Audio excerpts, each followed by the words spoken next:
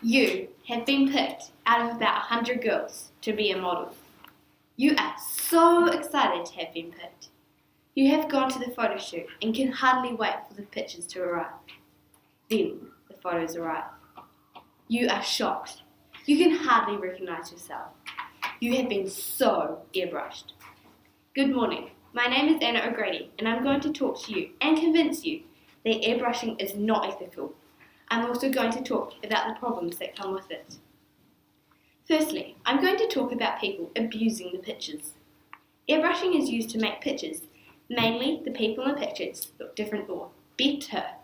This can cause a major problem with people, especially teenage girls. Teenagers in this era can sometimes try to be someone they are not. You might say that this is their choice, and while it might be, but it's not their choice that when they're on the internet or reading a magazine that an ad pops up with very, very airbrushed pictures, therefore brainwashing them. An anonymous person quoted, "I feel like we see too many models and too many celebrities all airbrushed to perfection. It's nice to actually just see somebody with nothing airbrushed." This portrays that airbrushing is used a lot in the world. I think that it gives a false impression of what a person really looks like. Do you know that airbrushed pictures are used to deceive people? Way back when photos were first taken, they would take pictures and airbrush them. You might laugh and say, "What? You can't airbrush pictures without technology." But, way back in those old times, ask your teacher about it. Well, even then, people were manipulating and abusing the pictures. They used a gun called a spray gun. It blows out air and paint, hence the airbrushing name. Do you know that in America, about 1 in every 20 people airbrush pictures? This is a pretty big amount of people. Do you know that some magazines have even airbrushed Little Prince George? Next, I'm going to talk about people, especially girls, trying to be the person they're not. One of the many problems that arise with airbrushing is that people, especially girls, try to be someone they're not. This happens when girls look at the pictures and think that it's cool to be like that. This is where a lot of problems from anorexia and food eating problems arise.